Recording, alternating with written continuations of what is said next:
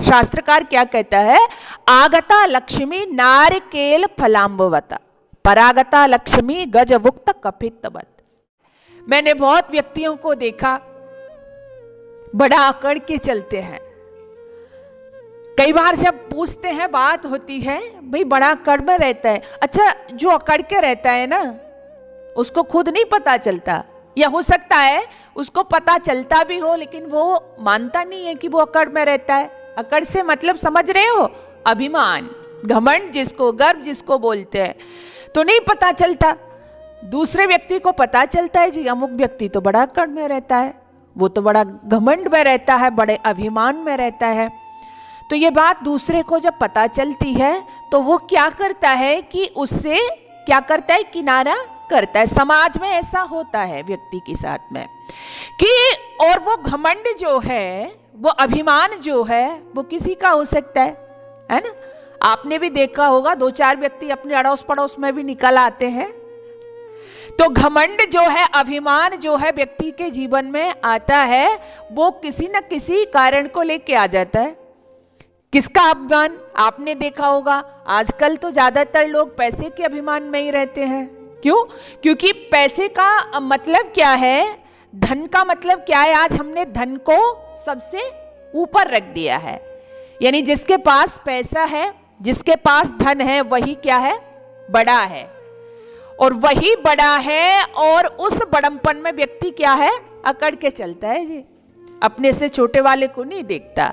मेरे पास तो बहुत बड़ी कोठी है, मेरे पास तो बहुत बड़ी लग्जरी गाड़ियां हैं, मेरे पास तो बहुत अच्छे अच्छे कपड़े हैं, बैंक बैलेंस हैं, बहुत सारे मेरे पास तो व्यवसाय की साधन हैं। तो ये घमंड उसके अंदर आता है, पैसे का अभिमान उसके अंदर आता है।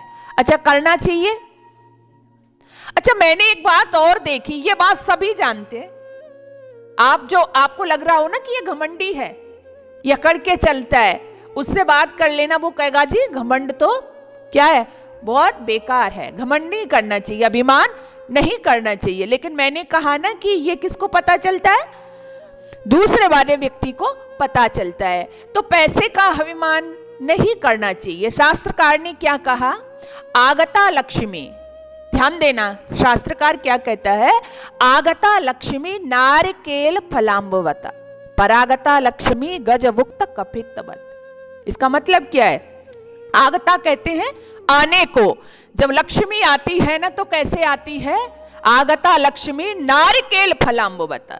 नारियल का जो पेड़ होता है ना, कितनी ऊंचाई पे उसमें 4-5 पत्ते लगे होते हैं, और उसमें फिर नारियल लगता है। नारियल को भी आपने देखा होगा, बाहर कितना जटाजूट होता है, फिर उसके बाद में एक बड़ी मोटी सी परत होती है, उसके बाद में नारियल होता है, तब उसके अंदर पानी होता है। और आपने उसको नहीं देखा होता तो आप विश्वास ही नहीं करते कि इसके अंदर पानी आ सकता है, नहीं पहचान सकते, लेकिन आंखों से देखा इसलिए मना नहीं कर सकते। तो शास्त्रकार क्या कहते हैं कि लक्ष्मी, आगता लक्ष्मी, जब लक्ष्मी आती है तो कितनी ऊंचाई पर पेड़ है, फिर फल लगता है, और उसके अंदर जैसे पानी है वैसे ही लक्ष्मी हमारे पास आती है, परागता लक्ष्मी। और जब लक्ष्मी जाती है तब एक उदाहरण दिया, क्या कहा कि गजवुक्त कपित्तवत, एक कैथ का फल होता है, और उस कैथ के फल को हाथी निगल जाता है, और निगल करके उसको वैसे का वैसा ही निकाल देता है सब उसके माध्यम से।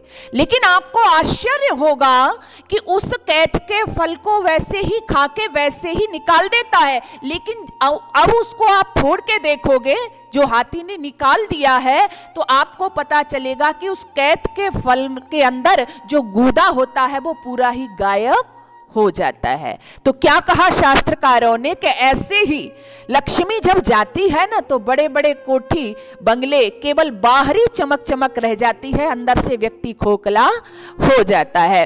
तो इसका आने का भी कोई पता नहीं और जाने का भी कोई, बोलो, पता नहीं है।